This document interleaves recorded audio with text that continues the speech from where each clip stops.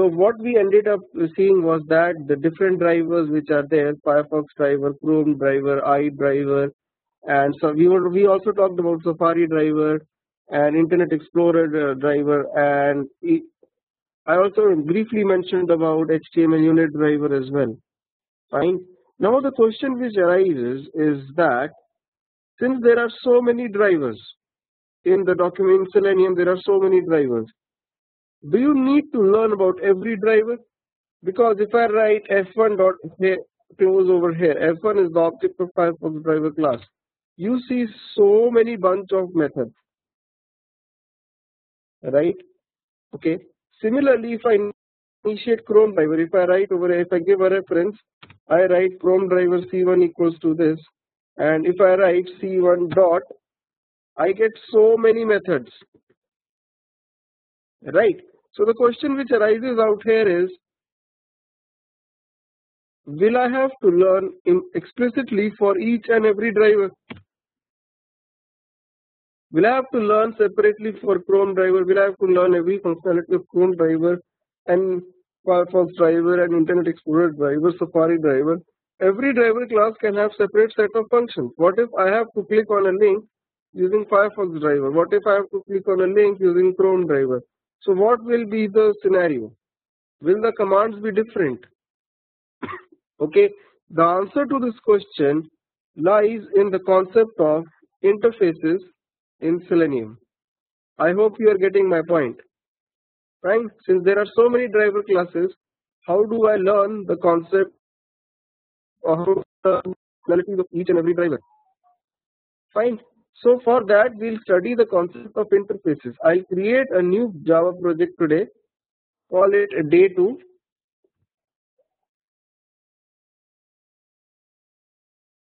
And inside this day 2, under the source folder, I'll create a new class, right? Or I'll create a new interface. Interface is out here, and to create it, you select the option interface. I'll tell you what an interface is. Just be with me. Okay. Now suppose I create an interface with the name as phone. Very simple. Okay. Now what basically is an interface? Interface is like an outline of what your application is supposed to do. For example, when you buy a book, fine, you buy a book and what you do, you go to the index page and look at the topics of the book. That is what is covered in the book. So if a book is like that page is like an interface which explains you what the complete book is going to contain, right? Or suppose you simply go to a restaurant to have dinner and you look at the a la carte menu. So that menu is like an interface to you. That menu tells you that what the restaurant is going to offer, right? So similarly in interface also, in Java also, interface is something which tells you what your application which you are going to make is supposed to do. Okay. For example, what a phone can do. A phone can call. You can write public void call function, but the function will have no body. In interfaces, the functions have got no body, right? Similarly, public void text, right? So these are the two simple functions of a phone, call and text, right? So this tells that what the phone is supposed to do, but the implementation is not there. Implementation is not there, right? It is simply an information that fine, a phone can call somebody and phone can send a text message, right? Now I can create a new class. For example, I create a new class.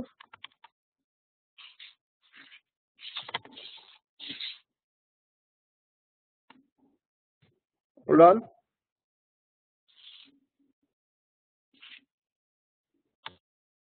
and I'll name that class as, say, iPhone, right? And what I will do is, just be with me, I'll tell you the reason later. I'll write over here public class iPhone implements phone.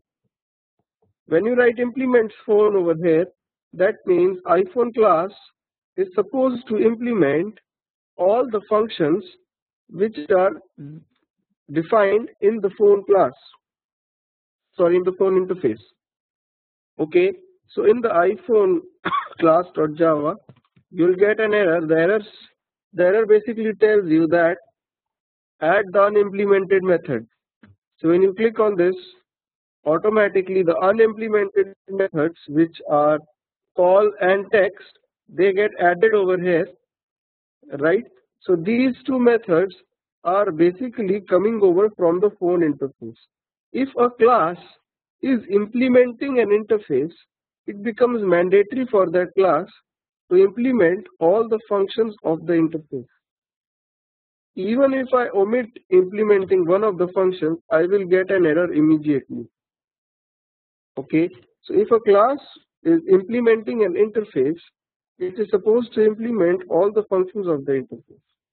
What does this @override? This is technically known as an annotation. Okay, technically @override is known as an annotation. You can omit it as well, it is not mandatory, fine, but it is here to make you realize, if a layman looks at the code, by looking at @override and by looking at the iPhone class is implementing the phone interface, he will come to know that this function was actually in the interface. Okay, by looking at this sign, he'll come to know that this function is actually coming from the interface and the class is implementing it. Okay, so I can write over here hold on, system.out.println iPhone calling, and similarly over here iPhone sending text, right? So these two become two different functions, right, in which I am writing iPhone calling, iPhone sending text and all that stuff, right? Now I'll create, suppose, a new class called Nokia, fine, and I write over here Nokia also implements a phone in the phone interface. So what happens? It becomes mandatory for the Nokia to implement all the functions, right? So now when you write system.out.println Nokia calling over here, and you can write over here Nokia text, fine. So you have these two functions in Nokia class as well, which are coming from the phone interface. Okay, you can not omit any one of these functions, because if a class is implementing an interface, it has to implement all the functions. Now coming over to the basics, why have I done this? What's the use of this interface? I could have never created the phone interface, and I could have directly created iPhone.java and Nokia.java, right? I could have directly started. Why did I create a phone interface? What's the advantage? What did I get out of it? The thing is, I got a discipline in my whole structure. The discipline being that if now you look at the interface phone, just by looking at the interface phone, you will come to know what all functions will be there in iPhone and Nokia. Okay, in iPhone and Nokia you will have the same functions, but the implementations will be different. In iPhone it's printing iPhone calling, and in Nokia it is printing Nokia calling, but the name of the functions, they are same. So basically, with the help of a diagram, I'll explain you. I made an interface.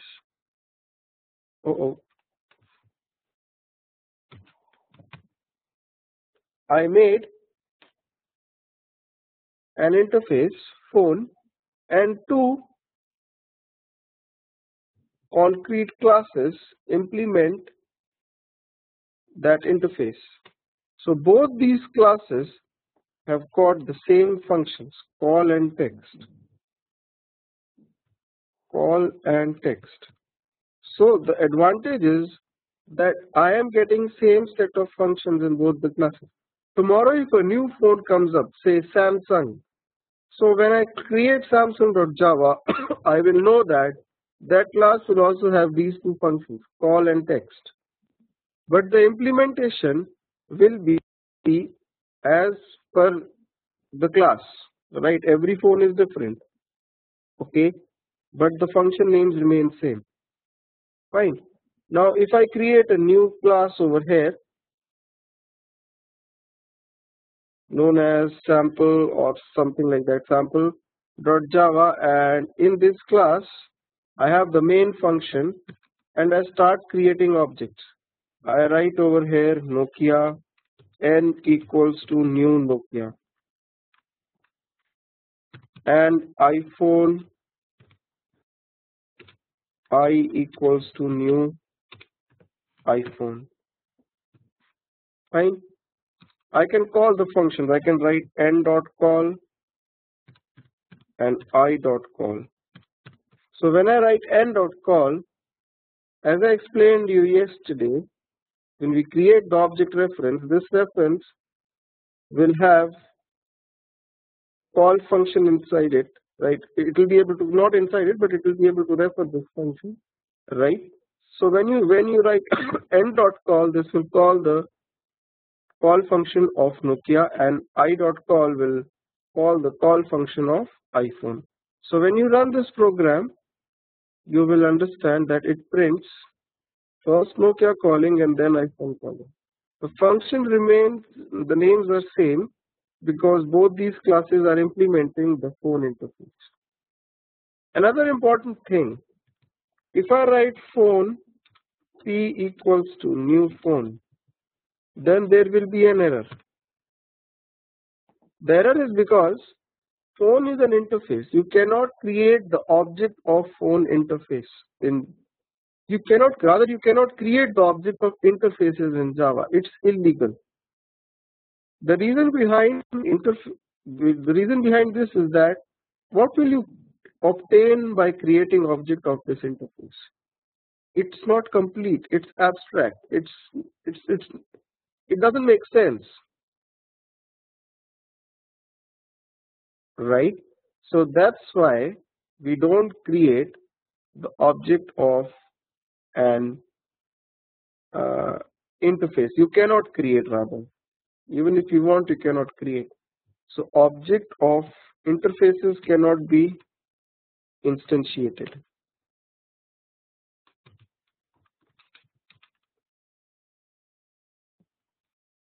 Okay, please remember that. Fine. Now coming over to WebDriver, how will this help me in WebDriver? Right. Currently everybody is on mute. I would request you to keep yourself on mute. In case you have any questions, you can unmute yourself and ask a question, or you can use the WebEx chat. Right. So you got the idea, right? Interface is something which is incomplete. It describes what the application is supposed to do. The classes implement the interface and they implement the functions inside the interface, and thus all the classes have got same set of functions. Right. Now, how is this helpful in Selenium? Selenium as a word, like if you say Selenium, what is Selenium? technically Selenium is an interface. When Selenium RC was released, if you go to, hold on, Google and just type over here Selenium RC Java doc. This was the older version of Selenium. Okay. If you look at the documentation of older version of Selenium, look first of all how small is the documentation. There were just limited number of classes in RC. If you look at Selenium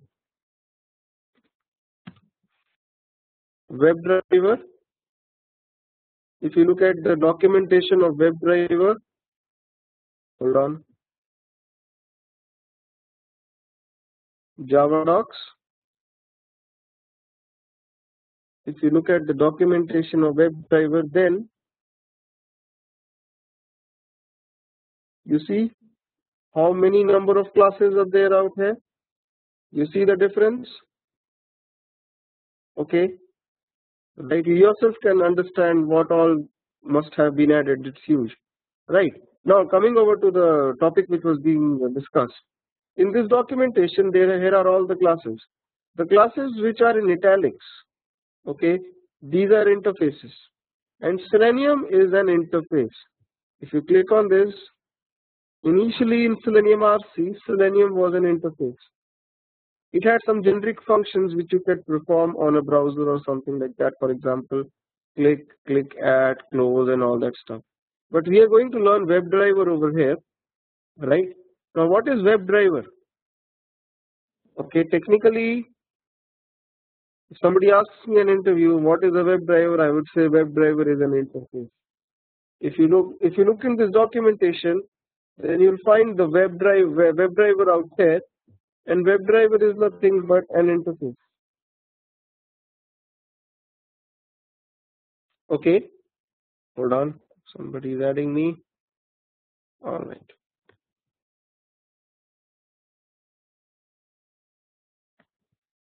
So WebDriver is an interface, and all these classes, Android driver, Android WebDriver, Chrome driver, Event File driver, these are all the implementing classes, right? Internet Explorer driver, Chrome driver, Firefox driver, Safari driver. So all these are the classes which implement the WebDriver interface. So this means that the functions which are there in the WebDriver interface are also present in these classes. Okay, so the functions which are there in the WebDriver interface are also present in these implementing classes. So this gives a structure to our complete API. Fine, our complete API gets a very good structure, that is, all the drivers will have same set of functions in them. I really don't have to worry. For example, I'll explain you. In the WebDriver interface, here are the functions. For example, there is a function known as get. This get function is responsible to load a new web page in the current browser window. Okay, so this get function will actually navigate to you to a particular website. Fine.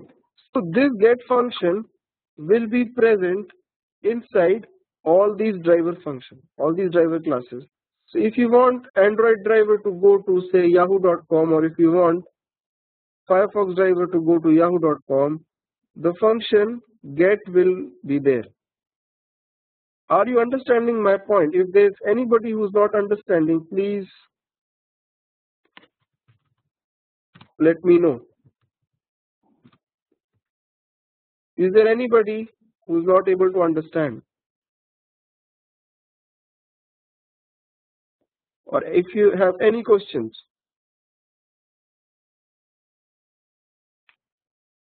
Alright, I hope everybody is very clear about this. Right now, let's make the objects and I'll show it to you. Just hold on, it's kind of hanged. Just a minute, my mouse is not moving.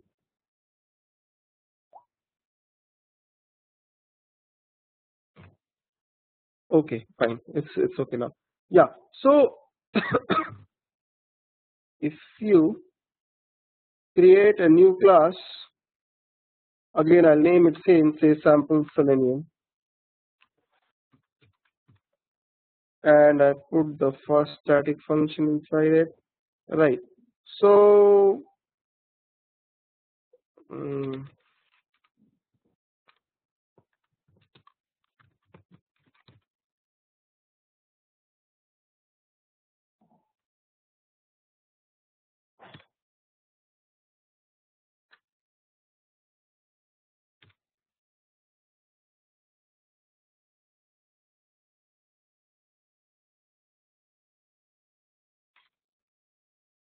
right. I'll write over here Firefox. Okay. I have to include the Selenium jar files which I have downloaded. You can omit the sources.jar. This is not necessary. This has got the source code of all the jars now. So you can take this one and write over here Firefox driver equals to new Firefox driver. Fine. So if you have to navigate to a particular URL, you write over here get and you give that particular URL. Now many times people do a mistake. They directly write the URL like this yahoo.com. Look, in Selenium, mentioning the protocol is very important. You have to write http yahoo.com, and after that if you have to close the browser, you can write over here driver.close. Fine. Similarly you can do the same thing in Chrome as well.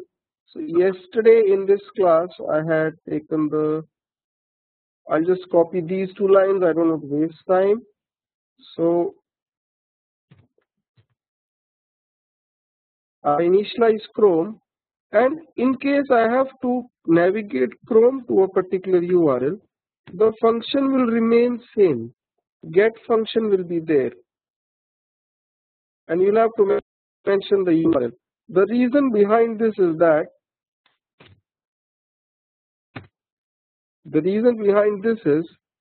because both Chrome driver and Firefox driver implement the WebDriver interface, and in the WebDriver interface you have the function get, which loads the new page. Okay, so hold on, I will just give him the link.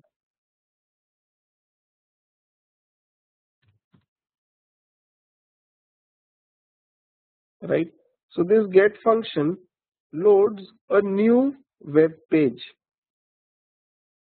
right, and this get function is there in the WebDriver interface. So that's why it can be used out here, right? Are you able to get it why the function is same? Because both these classes are implementing the WebDriver interface, right? So when you run this, unfortunately Mozilla was taking a lot of time yesterday. Let's see whether it's working okay today or not. It took a lot of time to launch Mozilla yesterday on this system.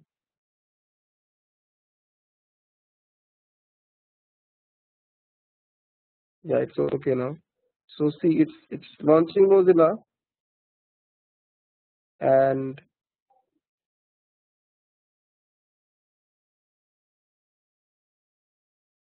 hold on.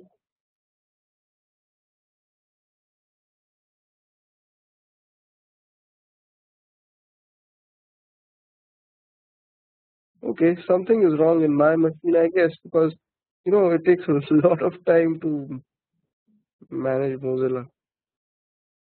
Just be with me. Hold on.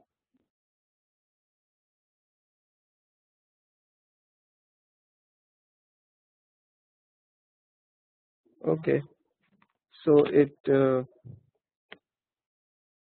failed. It says that, okay, always read the error before you move forward. Not connected, unable to connect to localhost on this. I think I have to downgrade my Mozilla version. The latest versions, obviously, they gave issues.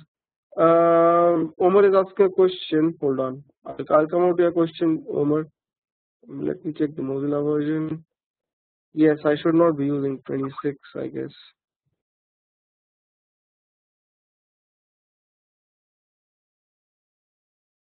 Yes, Shiva, tell me. What is this line like? Why are you giving this line?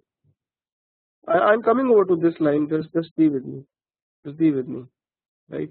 Okay, Omar is using a question. Is asking a question. Why am I using driver? Look, the thing is, it depends. Or you can use anything. Generally, there's a convention in the industry to use the word driver. It's just a reference name. Okay, you can use any name. Generally, there becomes a convention, right, in the industry. Okay, so that's why. So, right. Okay. Now, yes. So people are asking some questions that sometimes they have seen people writing something like this. That is WebDriver. Unfortunately, this did not work. I have to switch over to older version of Firefox. Right. But anyways, I'll do that. WebDriver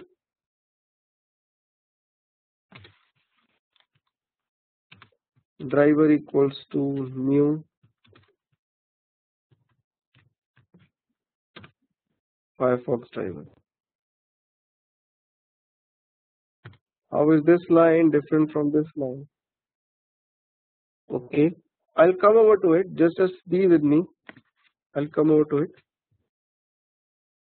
Okay. Now, before I move further, anybody having any questions? Any questions regarding whatever I have taught till now? Any questions regarding the course or whatever it is? Any questions till now? Okay, Sakshi asked a question. Firefox driver is not working, so can we open the Google Chrome? Yes, we can open the Google Chrome. I can comment this Firefox driver, and if I open Google Chrome, it will obviously go to yahoo.com. You see that it's actually going over to yahoo.com, right? So the Yahoo website, it got opened. All right. Now, I'm sorry. Right. So this is the question which is being asked, that the driver out here, what is this convention and what is this convention? Okay. Now I'll come over to interfaces. I'll come back to interfaces once. This was phone.java interface. Nokia and iPhone were two classes implementing the interface. And in sample.java, I had created Nokia and iPhone objects. Right. Now suppose iPhone says that I have a new function apart from the phone interface. Say public void IMAP. Fine. Public void IMAP. So obviously, when I create the object of iPhone over here, I can call that function. Now this function IMAP is not coming from the phone interface. This function is something which is owned by iPhone. It's not a generic phone function, right? So a class can implement the interface, implement the functions in it, and also implement its own custom functions, right? This is obviously this should be there obviously, right? But if it is implementing an interface, it is mandatory for a class to implement all the functions first of all. After implementing all the functions, you go forward and implement whatever you want, or make any function whatever you want. But first of all, implement all the functions of the interface.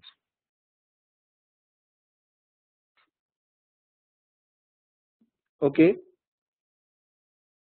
right? Now,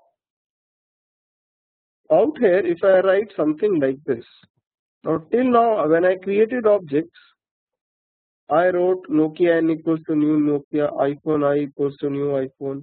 But over here, if I write phone P equals to new iPhone. Now this is a little different. The reference is of the interface.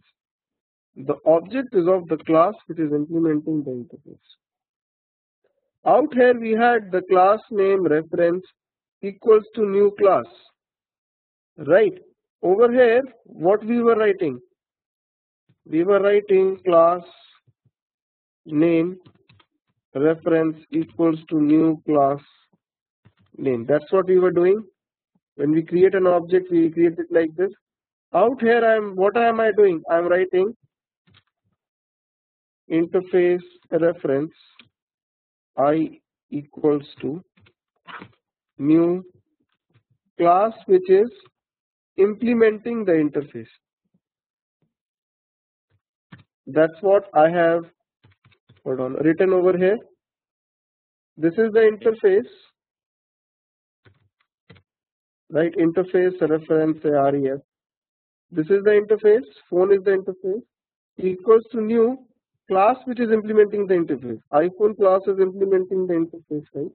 So these two lines are different. And what technical difference do they make? They make a big technical difference. If I write over here phone.call, I can use this function. Phone.text, I can use this function. Phone.imap, if I write, I will not be able to do it. If you are making an object like this, then you can only use the functions in this class which are coming from the phone interface. Please understand the difference. If you make the object like this, you can use all the functions in the class of the class. If you make an object like this, you can use all the functions of the class.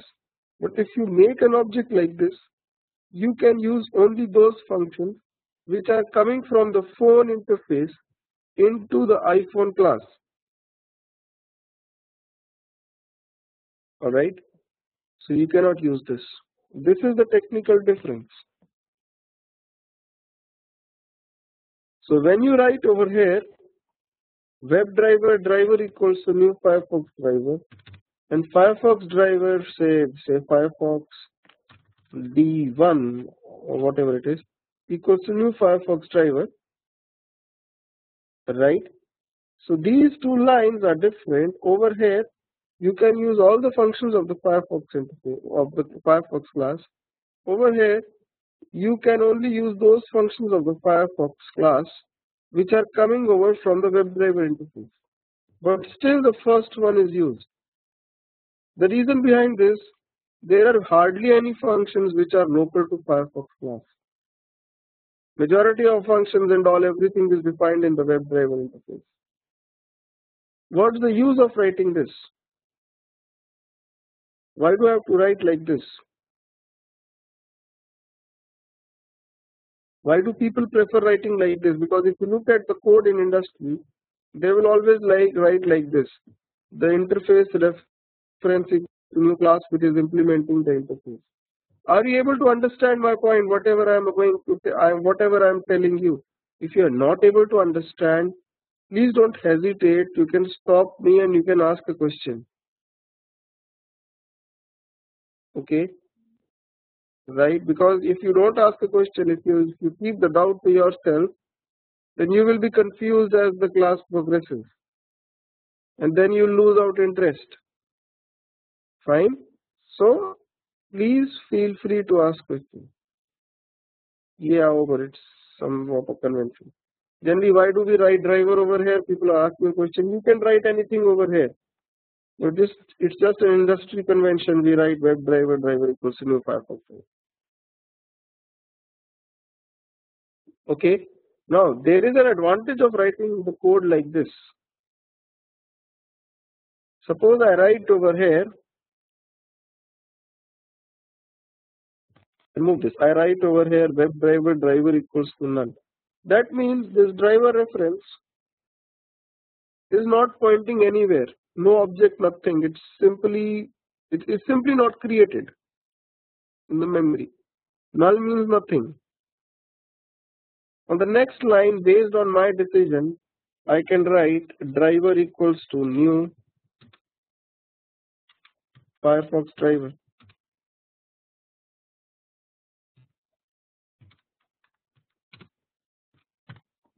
Or based on my decision, I can change it to driver equals to new Chrome driver, because both these are the classes. Firefox driver is also a class which is implementing the WebDriver interface, and Chrome driver is also the class which is implementing the WebDriver interface. Jyoti is asking a question, hold on. When you say WebDriver driver, does that mean that you're creating the object of an interface? No, I am not creating an object of an interface here. If you look back, if you look at my other program, I have written phone P equals to new iPhone. I created the object of the class which is implementing the interface, equated it to the reference of the interface. This way I can only This way I can only use the functions which are there in the interface and are implemented in the class. I cannot use the local function IMAP of the iPhone class. Similar thing is over here. Similar thing is over here. However, I don't know how to show it in the drawing. Right? But it's very simple. If you write driver equals to new Firefox driver, then this is the class which is implementing the WebDriver interface. Okay, so this class, if you create the object like this, then with the help of driver, you can access all the functions which are there in the WebDriver interface and implemented in the Firefox driver class. Okay, if you create the object like this, then you can use everything, whatever function and all is there in the Firefox class. What is the advantage of writing it like this? That's what I was telling you. But before I come over to the advantage, is this thing clear? Jyoti, I hope it should be okay. Not really, Ashish. Actually, see, when you see actually yesterday, I think if you go to Nokia.java or whatever, here we're saying actually iPhone I is equal to phone. So here doesn't I mean that's the instance of the class iPhone? This is the reference which is pointing towards the object. So I is the object, right? That's what I told you yesterday, right? I is not the object. When you write new iPhone, okay, this thing creates an object, and the reference I points towards that object in the memory. Okay. Okay. Similarly, phone P is a reference. Okay. The object of iPhone is created in the memory. Fine. The object is created. Sorry. So it means only new is actually creating an instance. Yeah, I am creating whenever I write iPhone, the object will be created. Fine. Inside this object, all the functions will be there. Call, text, and IMAP. But because the reference is of the interface over here, I am writing phone P, right? The reference, I'm not very good at drawing. I'm sorry. The software is also not. Just hold on. The reference is P. It's of the phone interface. But with this reference, I cannot access the IMAP function. I can only access call and text functions which are coming up from the phone interface into the class iPhone. Are you able to get my point? Yeah. Okay. Yes. Right. Yeah, I think that's enough. Yeah. Yeah. Yes. Similarly, when I write WebDriver, driver equals to new Firefox driver. Driver is a reference. It's a pointer which is pointing towards Firefox driver class. In the next line, I can make this pointer point towards the new object. In the next line, I can make it point towards the new object of Chrome driver. Are you getting it? Fine. Just because both Firefox driver and Chrome driver implement the WebDriver interface. Okay. Any questions?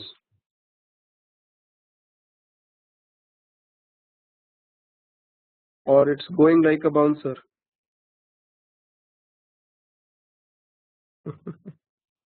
Nobody is speaking.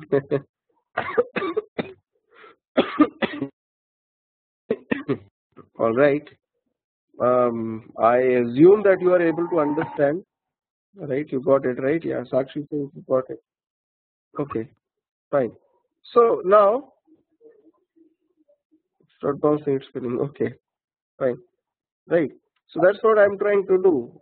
In simpler words, if I go to Nokia and iPhone, I can write over here, say phone X equals to new Nokia, and on the new line I can also write X equals to new iPhone.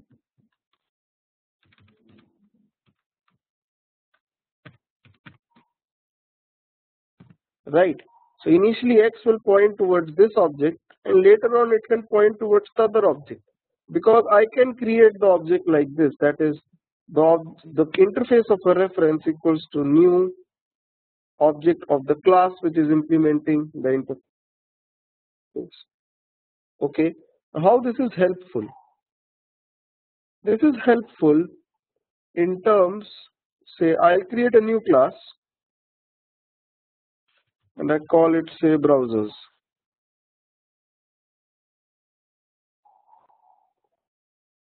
Right. Now suppose I want to do the testing on Mozilla, I want to do testing on I want to do testing on Chrome. So how will you test on multiple browsers? Suppose the browser which I want to test on is, initially it is Mozilla. How will you do? So you can initialize WebDriver say D equals to null in the beginning. Then you can check that, fine, if the browser is equal to Mozilla, then point D to new Firefox driver, or else if the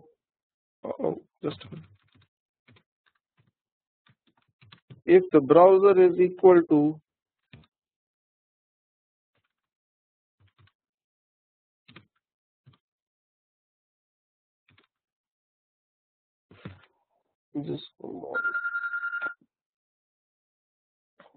if the browser is equal to Chrome,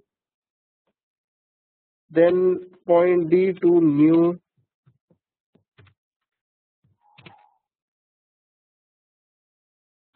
Chrome driver, and else if the browser is equal to IE, then point driver to new in driver. You're getting my point? What am I doing over here? You can set the exes as well. That is also very important. You have to set the path of exes, the driver exes. I'll put them in the beginning only.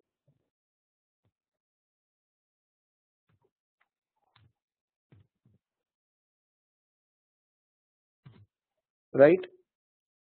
So if my browser is Mozilla, I will simply initialize the respective browser which I want.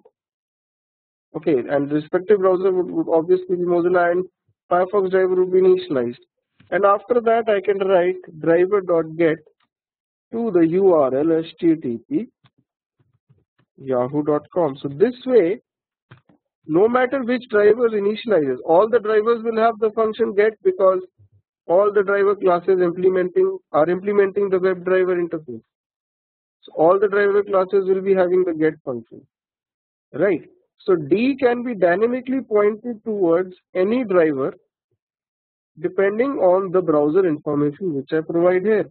And generally this browser information can be read from a file, like you can keep in an Excel file that what kind of browser you want to test on, or you can keep it in a properties file.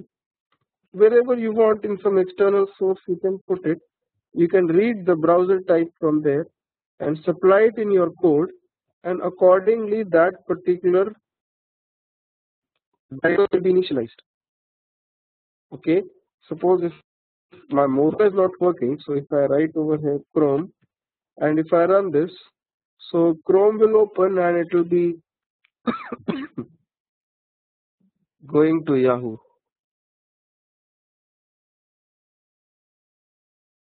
You see that?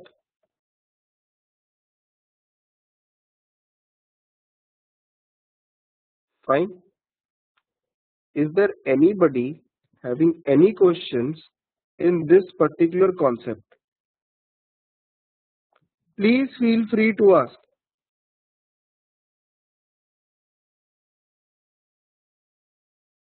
Anything? Did you get the point? Why do we do it like this? We do it because rather so that we can initialize the browser, initialize the driver based on our choice. Okay, so that's why. Okay, all right, fine, right. Now let's do one thing. Let's break for another 5 minutes and we'll start